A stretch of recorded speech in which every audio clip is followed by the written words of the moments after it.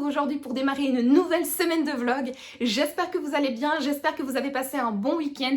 Le mien, oui, il fut bon. Nous étions le premier week-end de décembre et donc c'était le week-end d'ouverture des calendriers de l'Avent et j'ai été quand même assez bien gâtée. Mais si vous voulez en savoir plus, je vous invite à aller voir mon précédent vlog, juste ici, dans le petit i, dans lequel je vous explique tout. Sinon, moi, au niveau de mes lectures, je vous ai un petit peu expliqué la situation dans le dernier vlog, mais pour vous la faire courte, je suis en pleine lecture du deuxième tome des Lionnes de Venise de Mireille Calmel. Alors j'en suis qu'au tout début, je n'ai lu que 116 pages sur 521, si je ne dis pas de bêtises. Ouais, c'est ça, sur 521. Donc voilà, j'ai lu un cinquième du bouquin, je ne suis pas très avancée. Dans ce livre-là, donc, on va suivre la suite des aventures de Lucia, donc l'on a découverte dans le premier tome. Et donc, en fait, dans le premier tome, donc Lucia est la fille d'un imprimeur. Cet imprimeur s'est vu confier par une courtisane / espionne une gravure à faire imprimer, sauf que l'imprimeur a reconnu la gravure et en fait, c'était une gravure dont son père, donc le père de Lucia, donc le grand-père de Lucia, était en réalité propriétaire et le papa du graveur a mystérieusement disparu avec la gravure. Et donc quand le papa de Lucia voit cette gravure, il décide de la copier pour ensuite remettre donc un faux à la courtisane / espionne. Sauf que avant de faire tout cela, ou en tout cas la nuit où il était en train de copier la gravure, eh bien des brigands sont venus mettre le feu à l'imprimerie et enlever le père de Lucia sous ses yeux. Et Lucia se pose ensuite plein de questions. Donc qui est cette mystérieuse espionne / courtisane? Quelle est l'histoire de cette gravure? Pourquoi tout le monde a l'air de s'intéresser à cette gravure? Qu'est-il arrivé à mon père? Où l'a-t-on emmené? Que lui veut-on? Et donc il y a plein d'interrogations dans la tête de Lucia et elle va essayer de résoudre ce mystère. Alors, on n'en sait pas plus au sujet de la gravure. À la fin du premier roman, on apprend un petit peu les origines de la gravure, ce qu'elle renferme et quel est le secret qu'il y a tout autour, mais ça reste quand même très vague. Et donc ici, dans ce deuxième tome, on est directement dans le vif du sujet. On en apprend beaucoup plus sur la gravure et le mystère qui l'entoure. Et j'avoue que ce n'est pas pour me déplaire parce que c'était vraiment en refermant le premier livre l'interrogation principale que j'avais, et donc je suis contente qu'ici ce roman démarre sur les chapeaux de roue au sujet de la gravure, du mystère qui l'entoure, pour vraiment, voilà. Je pense que là ça va être clairement le sujet au cœur de l'histoire de ce deuxième tome, pardon. Cela dit, j'avoue que j'ai un peu du mal à entrer dans cette lecture parce que j'ai lu quand même le tome 1 il y a plusieurs mois, et l'histoire, même si j'ai encore l'histoire bien en tête, plusieurs détails m'échappent et j'ai un peu du mal à recoller les morceaux à la lecture de ce deuxième tome. J'ai vraiment du mal à en fait me remémorer qui est qui, quel personnage est gentil, quel personnage est méchant, quel était le rôle de ce personnage dans le premier tome. Est-ce que c'était quelqu'un avec qui on pouvait avoir confiance ou quelqu'un dont on devait se méfier? Voilà, j'ai encore plein d'interrogations en tête, j'ai un peu du mal, voilà, à resituer les événements, les personnages et alors les différentes histoires qui ont clôturé le premier tome. Je trouve ça dommage qu'au début de ce livre-ci, il n'y ait pas un petit résumé spoilant du premier volume, ou alors un explicatif des personnages. Voilà, tel personnage, c'est un tel, il a fait ça dans le premier tome. Enfin voilà, vraiment toute une biographie des personnages réels ou fictifs pour pouvoir un petit peu se rafraîchir la mémoire avant d'entamer le deuxième volume. Cela dit, en fait, ce que je vais faire, je vais aller voir un résumé spoilant sur internet. Je pense que ce sera le mieux parce que pour l'instant, alors je vais pas dire que je n'apprécie pas ma lecture parce que c'est pas vrai, mais comme j'ai du mal à me remémorer certains éléments et que j'ai du mal à identifier qui est qui, je prends pas vraiment de plaisir parce que je me pose plus d'interrogations que de profiter de ma lecture en fait. Je me dis mais tiens lui, attends, pourquoi il fait ça maintenant? Mais dans le premier tome il faisait pas ça plutôt? Ou pourquoi tout d'un coup celui-là il est là? Et pourquoi, quel lien en fait entre l'histoire que l'on a dans ce tome là et celle qu'il y a dans le premier? Voilà, j'ai un peu du mal à recontextualiser tout le bazar et j'avoue que c'est un petit peu gênant. J'ai vraiment envie en fait de me libérer l'esprit, de prendre plaisir à cette lecture Je vais aller lire un résumé spoilant et j'espère que ce résumé va m'éclairer ou va m'aider en tout cas à prendre beaucoup plus de plaisir et à me rafraîchir principalement la mémoire. Hein. Ou alors j'espère que dans les prochains chapitres, certains éléments vont m'aider en fait à recoller les pièces. Parce qu'il y a vraiment des personnages où en fait j'ai l'impression que les éléments qui sont évoqués dans ce deuxième tome qui paraissent totalement logiques, en fait n'ont pas été évoqués dans le premier. Et donc j'ai véritablement l'impression d'avoir raté quelque chose, d'avoir raté une marge, d'avoir... de ne pas avoir tous les éléments en main. Et donc, soit ce sera bien d'aller me rafraîchir la mémoire parce que si ça tombe, j'ai véritablement oublié cela. Ou soit peut-être qu'un rebondissement dans ce deuxième tome va me permettre d'avoir l'élément de jonction entre deux pièces. Donc voilà pour ma lecture en cours. Nous sommes aujourd'hui lundi. Qui dit lundi, vous le savez bien, dit petit bain, routine skincare et lecture dans mon bain à bulles. Et donc, je vais aller m'atteler de ce pas à la lecture de ce livre-là que j'avais mis en pause ce week-end. Pourquoi? Je vous l'ai dit, allez voir mon précédent vlog et vous saurez tout. Donc voilà, je vais aller donc prendre un petit bain et continuer cette lecture que j'ai hâte en fait de continuer parce que je trouve que Mireille Calmel, elle a quand même le don de nous embarquer dans des histoires palpitantes et passionnantes. Et là, j'ai envie d'aventure. Après ma dernière lecture, là, j'ai envie de retourner à l'aventure, de continuer à suivre les aventures de Lucia et de tous les personnages qui gravitent autour d'elle et d'en savoir plus sur la mystérieuse gravure et tout ce mystère épais qui l'entoure. Donc voilà, moi je vais aller lire et je vous dis donc à plus tard.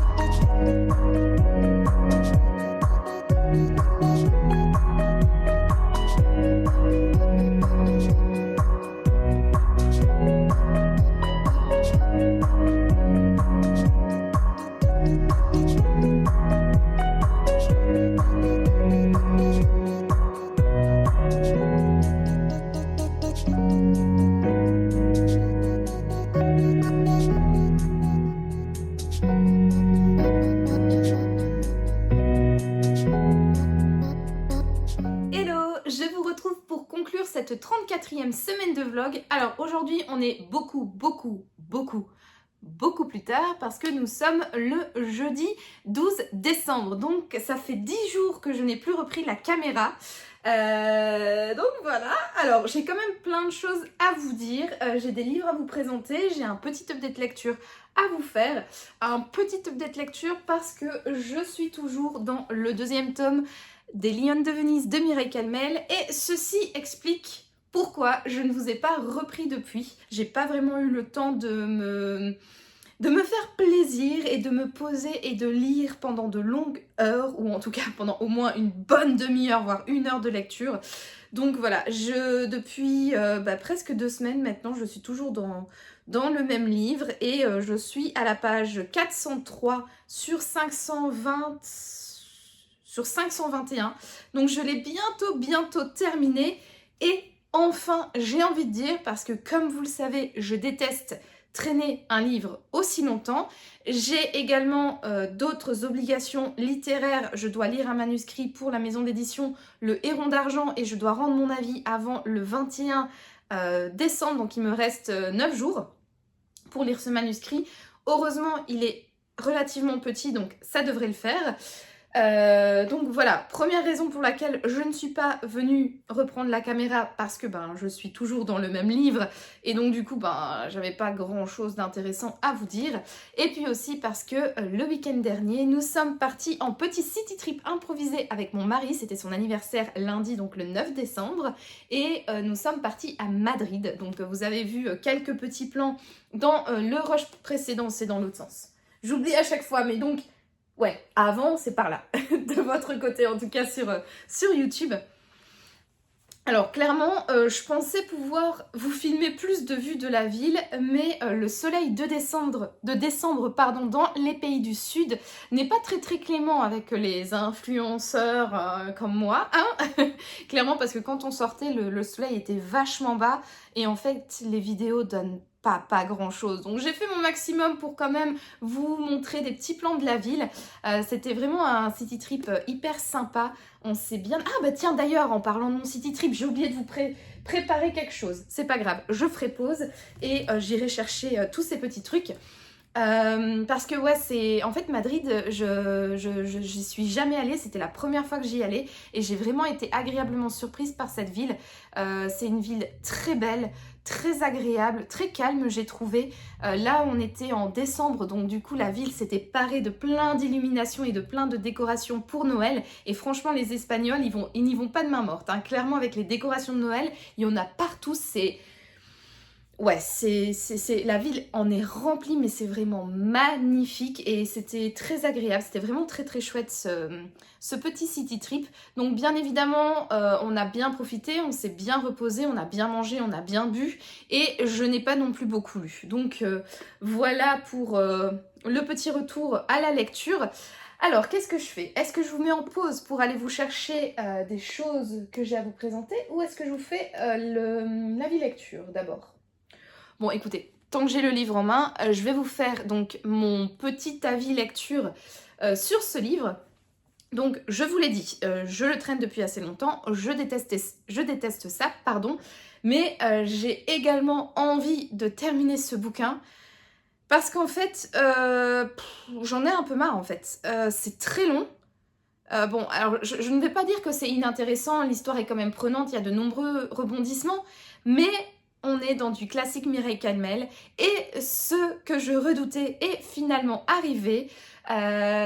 L'histoire traîne, j'arrive à 100 pages de la fin et on n'a toujours pas plus d'informations sur le grimoire, la gravure, tout ce qui entoure Lucia, le mystère qui entoure sa famille.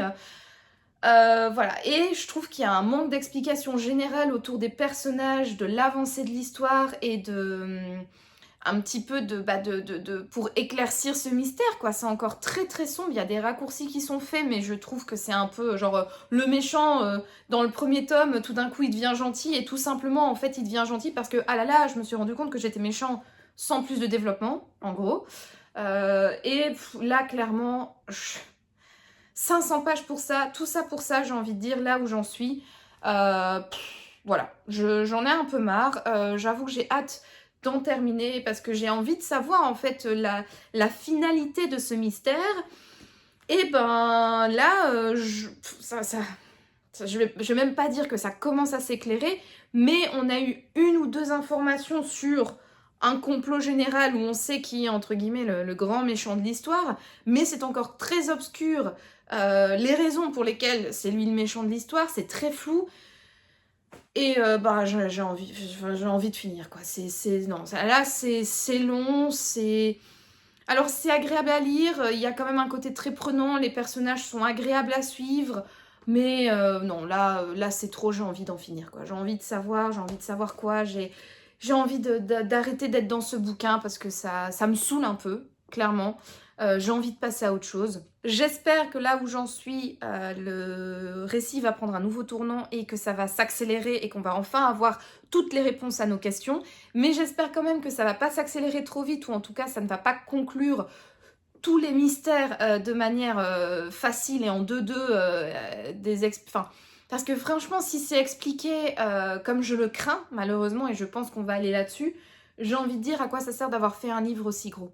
Clairement, t'aurais pu retirer 200 pages et bah, le résultat aurait été le même, quoi. Parce que là, faire tirer le suspense pour peut-être un final, en tout cas à mes yeux, hein, bien évidemment, cela n'engage que moi, un peu décevant, voilà. Donc voilà où j'en suis pour cette histoire. Mes craintes, malheureusement, sont pour l'instant fondées.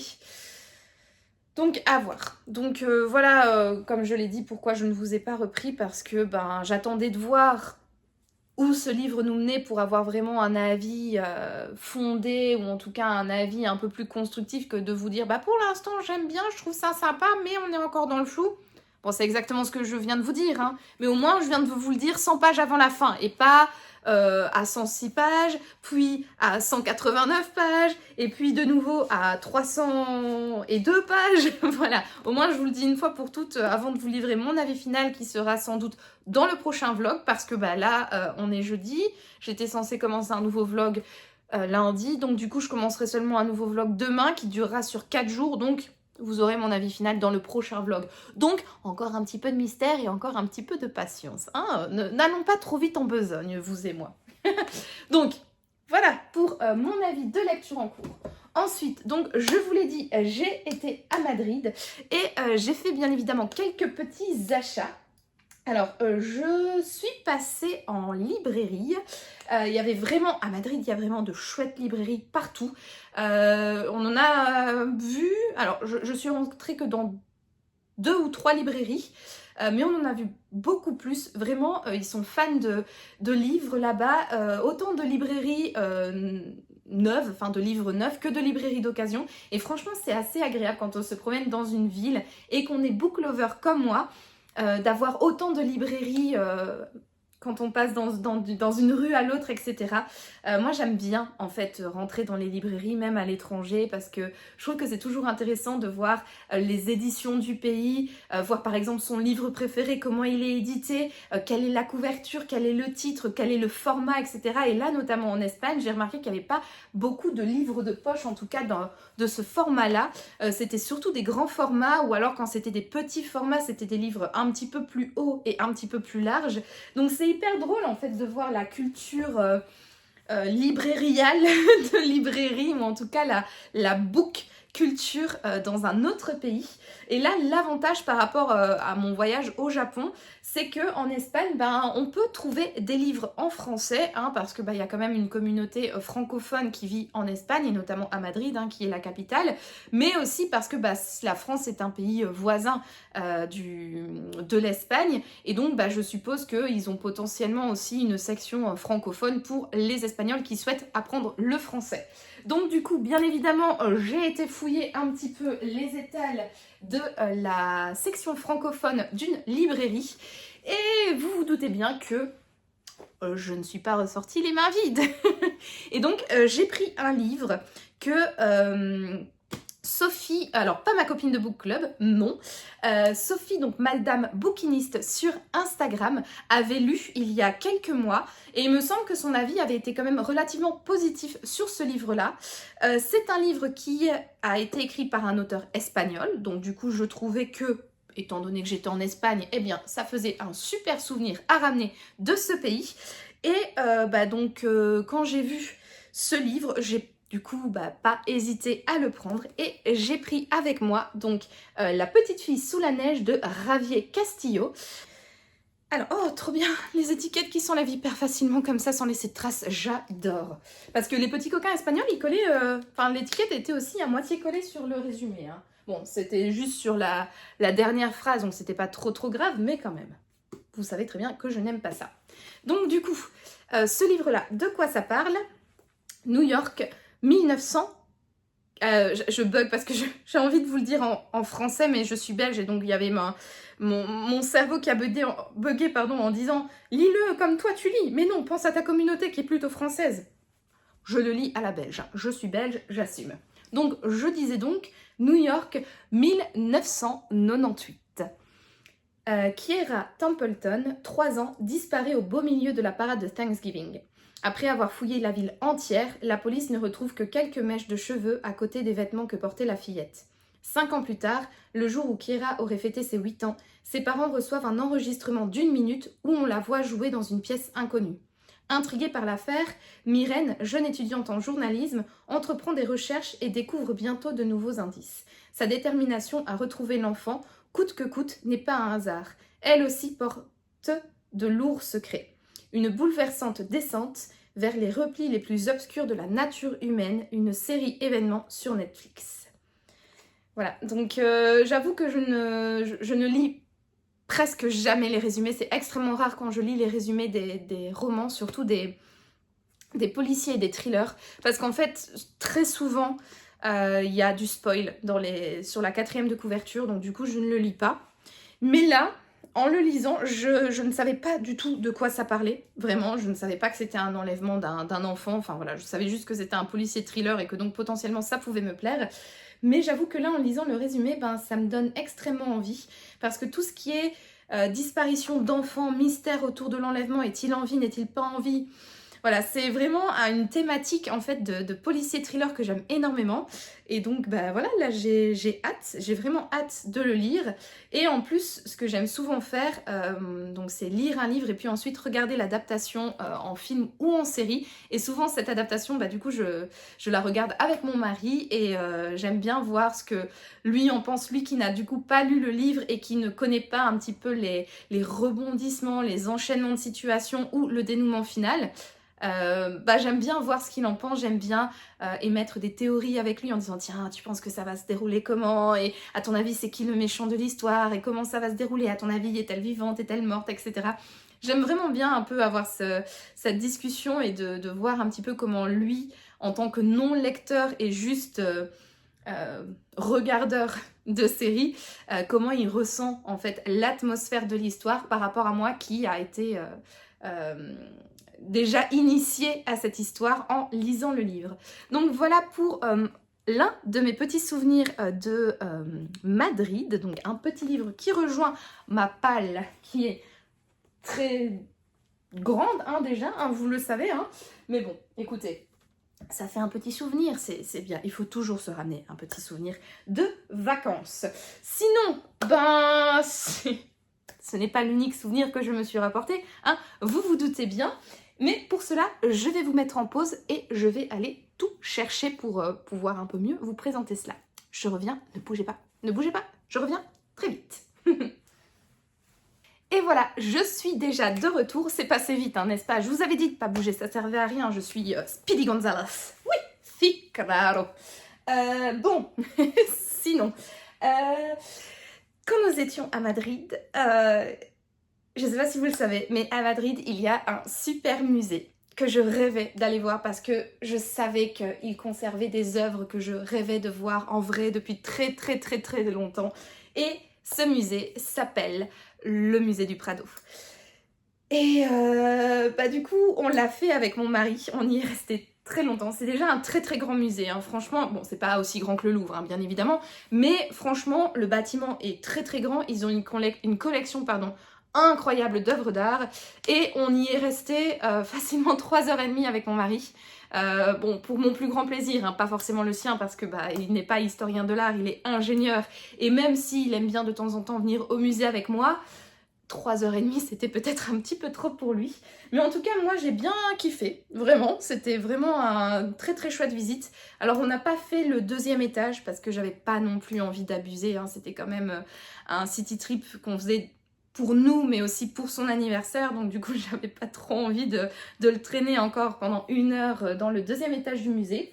Mais en tout cas, pour la partie que j'ai vue, donc le niveau 0 et le niveau 1, c'était incroyable. Vraiment, si vous êtes à Madrid, je vous conseille d'aller faire ce musée. Déjà, rien que le bâtiment est magnifique. Il a été construit pour les collections. Donc voilà, c'est vraiment un bâtiment fait pour être un musée. Et en plus, les collections sont juste magnifiques. Ils ont des œuvres de tout, depuis le Moyen-Âge jusqu'à la période moderne. Et ils ont une collection incroyable du Gréco, une collection incroyable de Goya. Enfin bref, vraiment un très très chouette musée. Et donc du coup, vous le savez, à chaque fois que je vais visiter un musée, je ne peux pas repartir les mains vides. Donc déjà, j'ai pris le guide du Prado, donc avec une grande partie des œuvres qui y sont exposées, des explications sur les collections, sur l'histoire du Prado et sur les œuvres en elles-mêmes.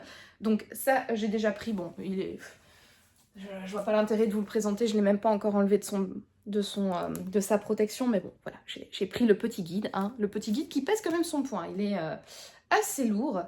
Donc voilà, presque 500 pages illustrent et décrivent plus de 400 œuvres d'art dues à certains des artistes les plus célèbres de l'histoire, de Velázquez à Goya, du Titien à Tiepolo, de Jérôme Bosch à Rubens. Voilà, en gros, pour le résumé. Ainsi, vous savez tout. Donc, déjà, j'ai pris le guide, mais surtout, si vous me suivez déjà depuis mes débuts, vous le savez, à chaque fois que je vais dans un musée, je ne peux pas m'empêcher de ressortir avec des petites cartes postales et surtout des petits marque-pages.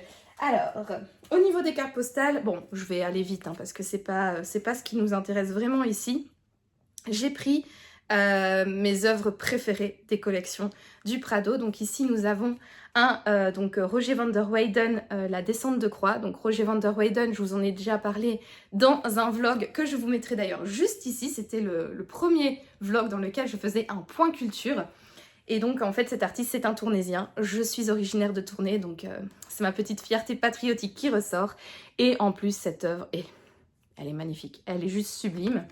Ensuite, j'ai pris donc la Mona Lisa d'un peintre anonyme qui est issu de l'atelier de Léonard de Vinci, donc la fameuse Joconde du Prado. Ensuite, j'ai pris un Velázquez. Non, qu'est-ce que je raconte? Pas du tout un Velázquez, un Tsubaran. C'est Agnus Dei, donc l'agneau de Dieu. Je trouve que cette peinture est d'un réalisme incroyable dans un clair-obscur magnifique. Donc voilà pour ce petit mouton. Bon, c'est un peu triste, il est attaché, le pauvre, mais bon, c'est quand même une très très belle toile. Ensuite, une œuvre du Gréco, donc Una Fabula, donc une fable, où on voit un petit singe, un Pierrot peut-être, je ne sais pas, et un monsieur avec un petit chapeau qui sont en train de souffler sur une flamme. Enfin, voilà, j'avoue que celui-là, je connais plus trop l'histoire de ce tableau, mais je le trouve magnifique. Je suis vraiment fan de ce que fait le Gréco. C'est l'un de mes peintres favoris et cette toile, je la trouvais super chouette. Et puis le petit singe est trop mignon. Ensuite, cette fois-ci, j'ai pris un Velázquez. Donc c'est Las Meninas, donc qui est un peu le tableau le plus connu, le plus célèbre de Velázquez, avec voilà, le détail de cette petite fille. Et c'est tout pour les cartes postales, donc j'en ai pris que 5. Et ensuite, j'ai pris 3 marque-pages. Alors ce qui est extrêmement drôle, c'est que les marque-pages sont à chaque fois sous une espèce de petite protection plastique. Donc c'est bien pratique pour les transporter, mais je pense que je vais les enlever. Pour les utiliser, ce sera beaucoup plus pratique, moins épais à mettre dans le livre. Donc au niveau des marque-pages, on retrouve un détail de Velázquez, donc des Ménines de Velázquez, qui est donc la petite fille qui est au centre du tableau. Ensuite, j'ai pris un détail de mon œuvre préférée du musée. Alors, cette œuvre-là, j'ai pas pris de carte postale, il est vrai, mais tout simplement parce que mon mari est allé il y a quelques années au Prado et c'était le souvenir qu'il m'avait rapporté de sa visite. Donc, j'ai déjà la carte postale de le jardin des délices de Jérôme Bosch. Donc ça c'est aussi, je vous en ai parlé dans le vlog que je vous ai mis en petit i là précédemment. Je vous l'avais vite fait évoquer ce tableau-là, mais c'est l'un de mes tableaux préférés. Et de le voir en vrai, franchement, ça m'a vachement émue. Il est déjà super grand et en fait il est bourré de détails et c'est bien parce qu'il y avait beaucoup de monde qui était devant, donc j'ai quand même pris mon temps de tout analyser, de tout regarder, etc. Mais j'aurais bien aimé rester encore un peu plus longtemps pour avoir encore un peu plus de temps pour l'admirer. Mais bon, je me suis vite faufilée devant tout le monde, donc je me suis dit voilà, je suis déjà restée pendant au moins 10 minutes à quart d'heure à le regarder, donc faut quand même faire la place aux autres visiteurs, être quand même assez courtois, donc voilà. Mais une chose est sûre, si je retourne à Madrid, je retourne au Prado donc pour terminer ma visite du musée du 2e étage et surtout passer encore un peu plus de temps pour regarder cette œuvre qui est magnifique. Et donc le jardin des délices de Jérôme Bosch, c'est un triptyque, donc un tableau composé de 3 parties. Et là, c'est un détail du panneau central, donc du jardin des délices, quoi. Donc voilà, qui est représenté comme ici, avec une foule de personnages qui font des choses, voilà, un petit peu mystérieuses, un petit peu rien. Et ces couleurs, mais oh, c'est tellement beau. Vraiment, c'est une œuvre que j'adore. Et elle a été, faut se dire qu'elle a été peinte entre 1490 et 1500. Hein, donc voilà, c'est... Mais c'est magnifique. Enfin, si vous ne connaissez pas Jérôme Bosch, je vous invite véritablement à vous renseigner sur son œuvre. C'est un ovni dans la peinture du 15e, 16e siècle. Mais il est incroyable, ce peintre. Au niveau des thématiques, des représentations et de l'utilisation des couleurs, une pépite. Donc voilà pour ce petit marque-page. Ensuite, dernier marque-page que j'ai pris, c'est un marque-page de Goya. Alors ça, je suppose que c'est une œuvre d'art qui était exposée au 2e étage, parce que je ne l'ai pas vue. Alors logiquement, quand je visite un musée, je ne prends pas de marque-page ou de carte postale d'œuvres que je n'ai pas admirées, que je n'ai pas vues. Mais là, vous vous doutez bien que vu la thématique de l'œuvre, je ne pouvais pas passer à côté. Ça des petits chats. Qu'est-ce que c'est? Riña de gatos. Alors, Riña, je ne sais pas ce que ça veut dire, mais de gatos, ça veut dire de chat. Peut-être rix de chat ou guerre de chat ou quelque chose comme ça. Je vous le mettrai ici. Mais en tout cas, il y a gatos dedans, donc ça veut dire chat. Et donc, bah voilà. Alors, bon, le sujet, bon, c'est pas des petits chats qui se font des câlins, mais bon, c'est des petits chats quand même. Et puis, en allant au Prado, je ne pouvais quand même pas ressortir sans une œuvre, ou en tout cas un petit souvenir de Goya, qui est quand même le peintre le plus représenté dans ce musée-là. Sinon, au niveau de mes marque-pages, ce n'est point tout, parce que en plus du musée du Prado, nous avons été également visiter le Palais Royal. Aussi une visite que je vous recommande. Ça ne dure pas très longtemps, là on n'est pas resté 3h30 dans ce bâtiment. On est resté un peu moins, peut-être une bonne heure, je ne sais pas. Mais en tout cas, la visite était extrêmement intéressante. Et il y avait surtout 2 pièces qu'on a visitées que j'ai trouvées sublimes. Une pièce remplie de... Alors ils disent porcelaine, mais vu la matérialité, je dirais plutôt de faïence. Mais bon, on va faire confiance au conservateur du lieu. Et donc on va dire la pièce qui est décorée de porcelaine. Et vraiment, c'est décoré de porcelaine, c'est-à-dire du sol au plafond. Même sur le plafond, c'est rempli de plaques de porcelaine et de décors en porcelaine. C'est magnifique, c'est impressionnant. Franchement, c'était l'une de mes pièces préférées. Mais ça n'était pas ma pièce préférée, parce que ma pièce préférée, c'était un salon rococo. Et voilà, donc il y avait un marque-page à la boutique Souvenir c'est une photo quoi de cette pièce-là. Et donc j'avais dit à mon mari, s'il y a un marque-page qui reprend un détail de la pièce, soit de porcelaine, soit de la pièce rococo, je le prends avec moi, parce que c'était vraiment un énorme coup de cœur, ces 2 pièces-là. Donc voilà un petit peu. En fait, il faudrait que je mette devant ma tête pour que ça fasse mieux le focus. Mais donc voilà, au niveau du marque-page, donc petit souvenir de notre visite du Palais Royal. Alors c'est la chambre de l'appartement de Charles III, le dernier tiers du XVIIIe siècle et début du XIXe siècle. Voilà. La caméra del cuarto de Carlos III. Si, claro. Mon espagnol est extrêmement nul, hein. Ça fait tellement longtemps que j'en ai plus fait. Mais donc voilà pour un autre petit marque-page. Et alors... on va dire jamais 203, donc nous avons mes marque-pages du Prado, nous avons mes marque-pages du Palais Royal, mais il y a également mes marque-pages souvenirs de mon voyage à Madrid lui-même, elle-même plutôt, c'est une ville. Et du coup, en fait, à Madrid, les noms des rues sont toujours, enfin en grande majorité, hein, pas toujours, mais bon, on va dire à 95% des cas, sur des espèces de petites plaques comme ça. Et c'est vraiment magnifique. Donc c'est des plaques de faïence hein, qui sont collées sur les maisons pour désigner les rues. Et à chaque fois, il y a le nom de la rue et un dessin. Donc par exemple, si c'est la rue Cervantes, ben, on va avoir un portrait de Cervantes. Si on a la Puerta del Sol, ben, on a la représentation de la Puerta del Sol, quoi. Enfin, c'est vraiment trop beau ces ornements et j'étais vraiment bluffée de voir ça à chaque rue que l'on visitait, que l'on traversait. Et quand j'ai vu qu'ils avaient les marque-pages souvenirs de différentes plaques de rue, j'ai dit à mon mari, voilà, je peux pas repartir sans, c'est vraiment quelque chose d'unique je trouve dans cette ville. C'est magnifique, c'est vraiment un ornement sublime. Et donc, ben voilà, quand j'ai vu qu'ils avaient des marque-pages, ben, je les ai emportés avec moi, quoi. Donc... de nouveaux petits marque-pages qui rentrent dans ma collection. Donc j'en ai 6 en tout. Pas mal, hein. Mais comme vous le savez, moi les marque-pages, c'est vraiment les souvenirs que j'adore rapporter de mes visites de musées, de mes voyages. Et puis bah, je les utilise toujours hein, dans mes livres. Comme on est des lectrices, n'est-ce pas, nous sommes aussi collectionneuses ou collectionneurs, hein, bien évidemment, de marque-pages. Donc voilà. Sinon, qu'est-ce que j'ai encore à vous dire? Oui, j'ai encore 2 livres à vous présenter parce que, comme je vous l'ai expliqué dans mon précédent vlog, mon mari m'a fait un petit calendrier de l'Avent personnalisé et j'ai un petit calendrier avec des cases comme ça dans lesquelles il y a du thé et du chocolat et parfois d'autres petits cadeaux. Sauf que quand le cadeau est trop grand pour rentrer dans la case, il me les emballe à côté et donc de temps en temps j'ai le plaisir d'ouvrir un cadeau un peu plus gros. Donc j'ai eu par exemple différentes boules de Noël, une boule de Noël en verre avec des cheveux d'ange à l'intérieur, une boule de Noël en forme de donut, une boule de Noël en forme de muffin. J'ai également eu une trop choupinou petite tasse avec un gingerbread et la anse elle est trop belle, c'est en forme de...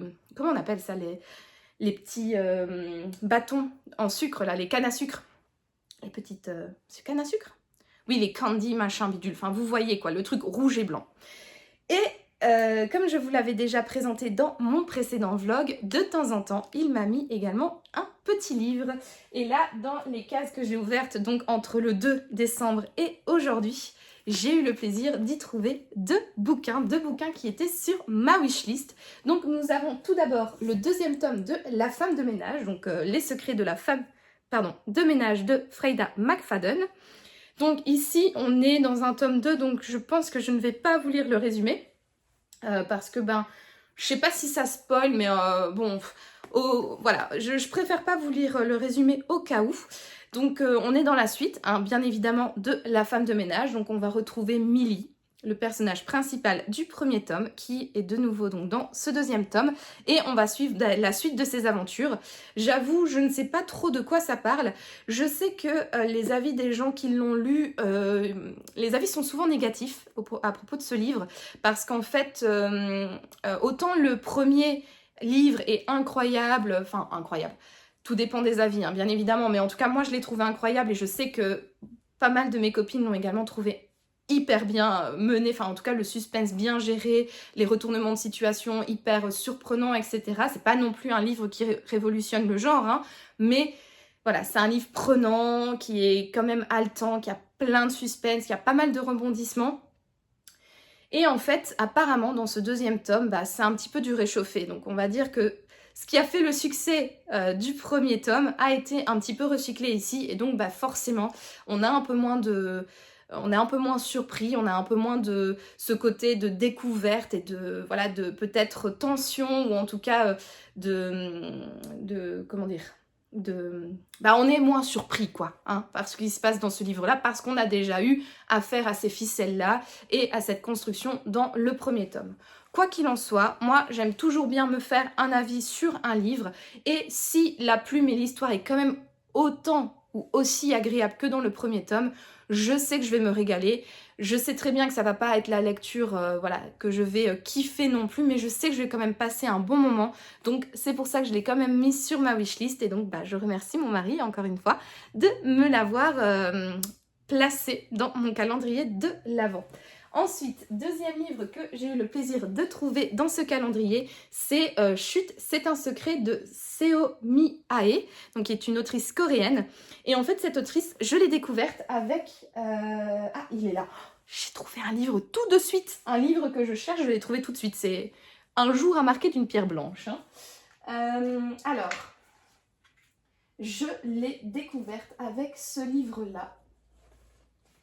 Bonne nuit, maman. Alors, apparemment, celui-ci serait la suite. Sauf que j'ai vite fait regarder le résumé tout à l'heure, en fait en ouvrant le livre, hein, je suis tombée sur le résumé, et le nom du personnage principal ne me disait rien. Et effectivement, je vois que ce n'est pas du tout le même prénom, donc en fait ici ils disent quand même « Après Bonne nuit maman, le deuxième volet d'une trilogie bientôt adaptée en série par les producteurs de Downton Abbey ». Donc, je ne sais pas si vous lire le résumé de ce deuxième tome sera spoilant ou pas. Mais quoi qu'il en soit, j'avais lu donc ce livre-là en décembre 2022. Donc, ça fait 2 ans maintenant. Et j'avais adoré. J'avais vraiment trouvé ce livre un peu flippant, clairement. Ça aborde une thématique que j'aime énormément, ça aborde en fait un petit peu la psychopathie chez les enfants. Et ça, je sais que pendant très longtemps, ça a été un sujet tabou. Et je trouve que de mettre cette thématique au cœur des romans, c'est hyper intéressant. Moi, ça me plaît beaucoup. Et j'aime bien souvent les constructions autour de cette thématique, parce que c'est vrai qu'un enfant, on a toujours tendance à dire qu'il est pur et innocent. Et puis au final, on remarque que non, il y a pas mal de petits gosses qui sont quand même assez dérangés, et c'est assez flippant de lire cette histoire. Et je me souviens que j'avais vraiment bien aimé, j'avais trouvé ce livre assez glaçant, j'avais trouvé vraiment ce livre flippant, bien mené, j'avais bien aimé le personnage principal. Alors je sais que le mari du personnage principal, ici, je l'avais trouvé un peu relou, un peu chiant, j'avais envie de lui foutre des baffes, mais je me souviens que elle, il me semble que je l'avais bien aimée, et que j'avais bien aimé l'histoire. Enfin, en tout cas, j'ai un sentiment très très positif par rapport à ce premier tome. Et ceci explique pourquoi ce deuxième tome s'est retrouvé sur ma wishlist. Alors, je pense que je vais quand même vous lire les 2 résumés. Et si jamais je vois que c'est trop spoilant, celui-là, je couperai au montage. Donc, restez pour savoir si c'est spoilant ou pas, n'est-ce pas? Alors, donc, dans Bonne nuit maman, qui est du coup le premier tome de cette trilogie, Seon Gi... Là, décidément, moi j'ai du mal avec les noms, et là, je me lis... Enfin, voilà, un livre coréen, quoi, bref. Seong Gi-hong, criminologue et professeur à l'université, est sollicité par un détenu jugé et condamné à mort. Cet homme, un tueur en série qui a assassiné 13 femmes, veut lui parler. À elle seule. Seong Ji-hong va devoir faire preuve de la plus grande prudence face à ce tueur hors norme, intelligent et manipulateur. Dans le même temps, son mari se voit contraint de faire venir chez eux sa fille, née d'un précédent mariage, une enfant de 11 ans qui serre contre elle son ours en peluche, bouleversée par le décès de sa mère et de ses grands-parents maternels. Des décès pour le moins suspects, d'ailleurs. Le premier volet glaçant d'une trilogie bientôt adaptée en série par les producteurs de Downton Abbey, donc la même chose que la fin de celui-là.